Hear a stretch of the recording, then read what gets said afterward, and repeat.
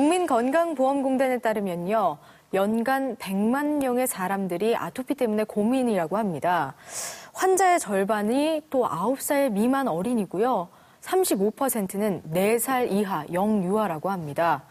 아토피는 환자 본인은 물론 가족들에게도 괴로운 질병이기 때문에 빠르고 정확한 치료가 중요한데요.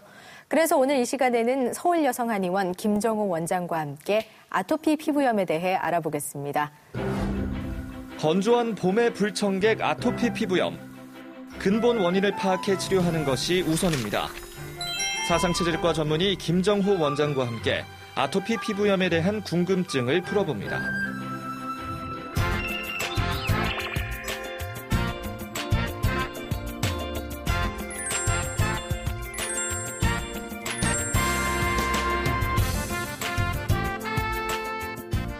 원장님 안녕하세요. 네, 안녕하세요. 원장님 오늘 앞서서 이야기했듯이 100만 명입니다. 네. 아토피 피부염으로 고통받고 있어요. 그러면 아토피가 뭔지 정확히 먼저 설명을 좀 해주셨으면 좋겠어요. 네. 아토피 피부염을 가진 환자가 점차 증가하고 있습니다. 그러다 보니까 이 아토피라고 하는 말을 많이 사용하고 있는데요. 네. 보통 사용하는 이 아토피라고 하는 말은 사실 아토피 피부염을 줄여서 이렇게 아토피라고 부르고 있습니다. 하지만 의학적으로 보면 이 아토피라는 말은 원래 그 그리스어가 어원인데 예. 뜻을 알 수 없는 또 기묘한 반응을 알 수 없는 그런 뜻입니다. 다양한 원인이 복잡하게 얽혀서 발병하고요.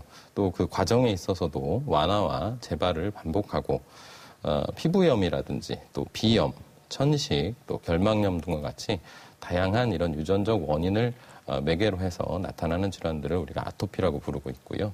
이러한 질환들이 다발적으로 동시에 나타날 수도 있고 또 단독으로 나타나기도 하고요. 또 교대로 나타날 수도 있습니다. 네. 그러면 아토피가 어원이 뜻을 알 수 없는 이런 것까지 설명을 해주셨는데 그러면 피부에 나타나는 아토피는 어떤 건가요? 네. 오늘 말씀드릴 것 역시 아토피 피부염인데요. 이 아토피 피부염은 아토피를 가진 사람에게서 나타나는 이 대표적인 피부 질환입니다. 네. 만성 피부 질환으로 발전하게 되어 있고요. 피부가 건조하다든지 또 네. 가려움증이 극심하고 또 반복되는 이 피부염을 특징으로 보입니다. 이 증상의 완화와 재발을 반복하면서 점차로 전신의 피부로 악화되고 있습니다. 예전에는 서두에 말씀하신 것처럼 주로 어린 아이들에게서 많이 나타나는 질환으로 알려져 있었지만 예. 오늘날은 남녀노소를 불문하고 전 연령층으로 확대되고 있기 때문에 그 문제가 자꾸 커지고 있다고 말씀드릴 수 있겠습니다. 전 연령층으로 확대되고 있다고 말씀하셨는데 그러면 왜 이렇게 전 연령층으로 확대될 만큼 심각하게 발생을 하고 있는지 아토피의 원인은 어떤 건가요? 이 아토피의 원인은 사실은 명쾌하게 알려져 있지는 않습니다. 다만 네. 그 추측하고 있기를 유전적인 요소들이 많이 개입되어 있다. 그리고 네. 면역계의 이상과 관련되어 있다. 이런 얘기고요. 그 밖에 피부가 본래적으로 좀 건조하다든지 네. 쉽게 자극에 의해서 반응하거나 또 가려움증을 유발하는 그런 개인적인 내지는 체질적인 그런 편차들 거기에 세균이나 바이러스 또 곰팡이와 같은 그런 외부 인자의 감염이라든지 또 정서적인 환경적인 요인들이 얽혀서 발병한다고 그렇게 얘기를 하고 있습니다. 하지만 제가 항상 말씀드리는 것은 오늘날 이렇게 이 면역 이상 질환이 자꾸 발생하는 이유 자체는 대부분 우리가 마시거나 먹는 이런 음식들 또 물, 공기가 자꾸 오염되고 있고요. 특히 주식으로 자꾸 섭취하게 되는 음식물 속에는 여러 가지 화학 성분들이 많이 함유되어 있는데 그렇죠. 이러한 화학 물질들이 체내에 축적이 되고 그것이 장기간 반복됨에 따라서 각종 면역 이상 질환들을 초래하고 있고 그럼으로써 아토피가 자꾸 발전하고 있다 이렇게 얘기 드릴 수 있겠습니다. 그러면 후천적인 그런 것 때문에 또 아토피가 발생할 수도 있다고 하셨는데 그러면 선천적으로는 아토피가 이런 사람은 잘 발생한다 이런 사람이 있을까요? 네. 임상 현장에서 간혹 환자분들에게 직접 듣는 질문 중에 하나인데요. 네. 아토피 체질이 따로 있나요? 이렇게 묻습니다. 사실 그 체질이라고 하면 한의학에서 얘기하는 사상 체질이 있는데요. 태음인, 태양인, 소음인, 소양인 이렇게 얘기하는 네 가지 체질입니다. 사실 아토피 체질이라는 특정 체질은 없고요. 이 네 가지 체질 모두 아토피는 잘 나타날 수 있습니다.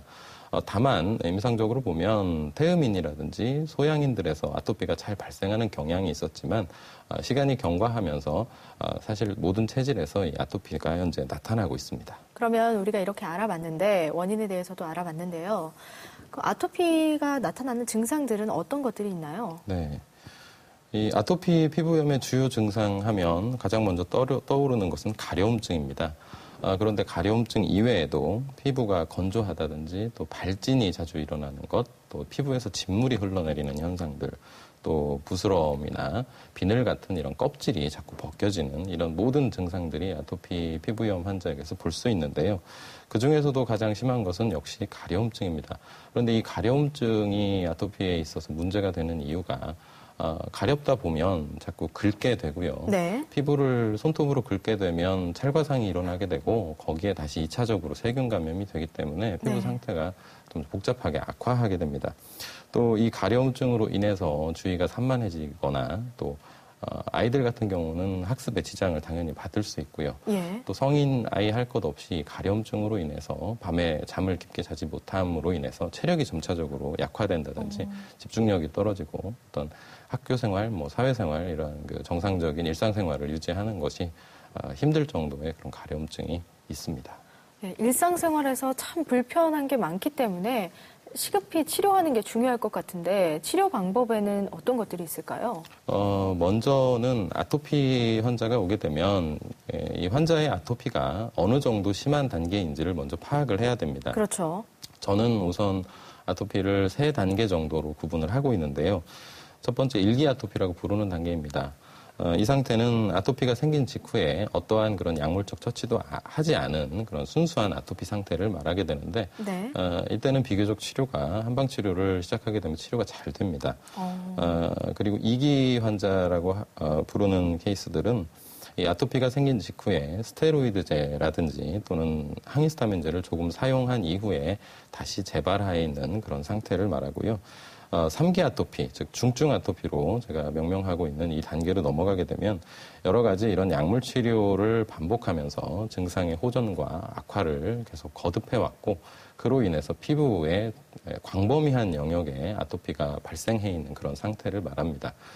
실제로 부스럼이라든지 딱지, 또 진물이 흐르는 피부, 또 약물을 사용하지 않을 때는 극심한 가려움증과 함께 피부에 그 염증이 점차적으로 번지는 그런 상태가 바로 이 3기 아토피에 해당이 되고요. 3기 아토피는 상당히 장기간의 치료 계획을 세우고 정확하게 치료에 임하셔야 됩니다. 네. 그러면 체질 검사 같은 것도 혹시 하시나요? 네, 그렇습니다. 이 아토피 치료에 있어서 두 번째 단계인데요. 환자의 체질을 파악하고 이 체질에 맞는 어떤 부가적인 치료들을 같이 하게 됩니다. 그 이유는 아토피가 발생해 있는 어떤 피부의 상태라든지 또 증상의 그 변화의 어떤 양상을 보면 체질적인 편차가 많이 관여를 하고 있습니다. 예. 또 체질적으로 취약한 몸의 대사 체계가 이 아토피가 낫는 것을 방해하기 때문에 타고난 약한 부분의 대사 기능을 강화시켜주는 것이 필요합니다. 네. 그런데 아까 얘기하셨듯이 1기가 오히려 더 치료하기 쉽다 이렇게 말씀하셨는데 2, 3기로 진행돼서 이미 약물 처방을 받은 아이들은 또 어떻게 치료를 하시나요? 역시 이 단계에 맞춰서 치료를 하게 되는데요. 네. 2기나 3기 아토피로 넘어가게 되면 그동안 그 사용해온 각종 그 약물의 대사 산물들이 예. 체내에 많이 축적이 되어 있습니다. 실제로 아토피 아이들을 치료를 시작하거나 또는 치료 시작하기 전에 그 자가적으로도 관찰하는 부분인데 예. 진물이 많이 흐르는 걸 볼 수가 있습니다. 그런데 이 진물에서는 상당히 고약한 악취가 나거든요. 예. 어머님이 아이 방을 열고 들어가면 너무 냄새가 나서 못 견디겠다고 얘기하는데 이러한 그 진물 속에는 본인의 어떤 체액성의 대사물질도 있지만 그동안 사용해왔던 각종 그 스테로이드를 함유하고 있는 연고 제품이라든지 보습제의 그 화학 성분들이 피부층에 누적되어 있기 때문에 이러한 것들을 정상적인 경로를 통해 빠져나가도록 그렇게 유도해주는 그런 치료가 필요하게 됩니다. 아토피 때문에 이렇게 긁고 이러면 피부가 손상이 될 거 아니에요. 네. 그러면 이 부분은 또 어떻게 다시 치료를 할까요? 피부가 사실은 긁어서 어떤 외상적인 찰과상으로 인한 상처 이외에도 아토피 피부염이 자리하고 있는 곳은 상당히 심한 피부층의 손상이 이미 내재되어 있습니다. 예. 또 증상적으로 나타나기도 하고요. 따라서 다음 단계로는 이 피부의 재생을 촉진하는 치료를 해줘야 되는데 역시 한약 처방이라든지 또 침, 뜸, 그밖에 외용탕제나 외용제 등을 같이 활용해서 치료를 하게 됩니다. 특수한 광선요법을 같이 곁들여서 치료를 하고도 있고요. 그래서 이러한 피부를 다시금 정상적인 피부세포가 재생될 수 있도록 유도하는 치료가 필요하게 됩니다.